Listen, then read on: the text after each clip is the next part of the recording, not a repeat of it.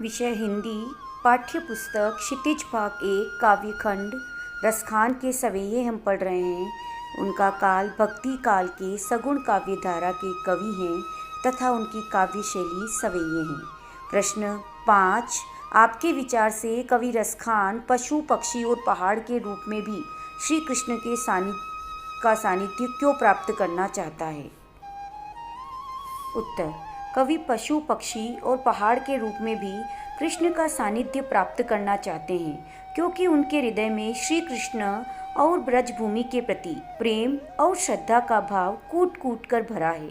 उन्हें ब्रजभूमि के कण कण में कृष्ण की छवि दिखाई देती है, जिसका सानिध्य प्राप्त करके वे कृष्णमय होना चाहते हैं और किसी भी परिस्थिति में कृष्ण भूमि से दूर नहीं होना चाहते। कवि रसखान कृष्ण के अनन्य भक्त है, अतः वे पशु पक्षी और पहाड़ के रूप में श्री कृष्ण का सानिध्य प्राप्त करना चाहते हैं। प्रश्न 6, चौथे सवैये के अनुसार गोपियाँ अपने आप को विवश क्यों पाती है? उत्तर, श्री कृष्ण के व्यक्तित्व में एक अनोखा आकर्षण है। गोपियाँ उनसे प्रभावित हुए बिना नहीं रह पाती। श्री कृष्ण की मुरली की तान अत्यधिक मधुर एवं मनमोहक है। गोपियाँ उससे आकृष्ट होकर अपने आप को नियंत्रित करने में विवश पाती है। वह सब कुछ भूल जाती है। उन्हें श्री कृष्ण के मुखमंडल की मोहक मुस्कान और भी मनमोहक लगती है। इस कारण वे स्वयं पर नियंत्रण नहीं रख पाती तथा विवश होकर उनकी ओर खींची चली जाती है। प्रश्न 7, भाव स्पष्ट कीजिए। पहला, क है कोटि कलधोत के धाम करील के कुंजन ऊपरवारो।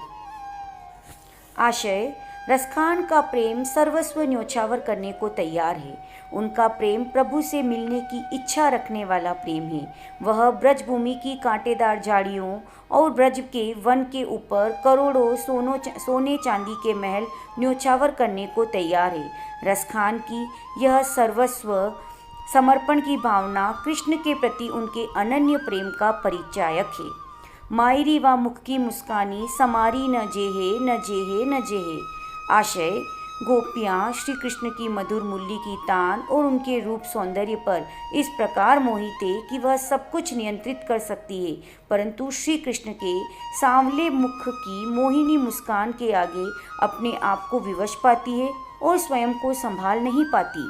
मुरली की मधुर तान तो कानों में पड़ने से रोक सकती है, परंतु श्री कृष्ण की मधुर मुस्कान से स्वयं को संभाल पाना उसे अति कठिन लगता है।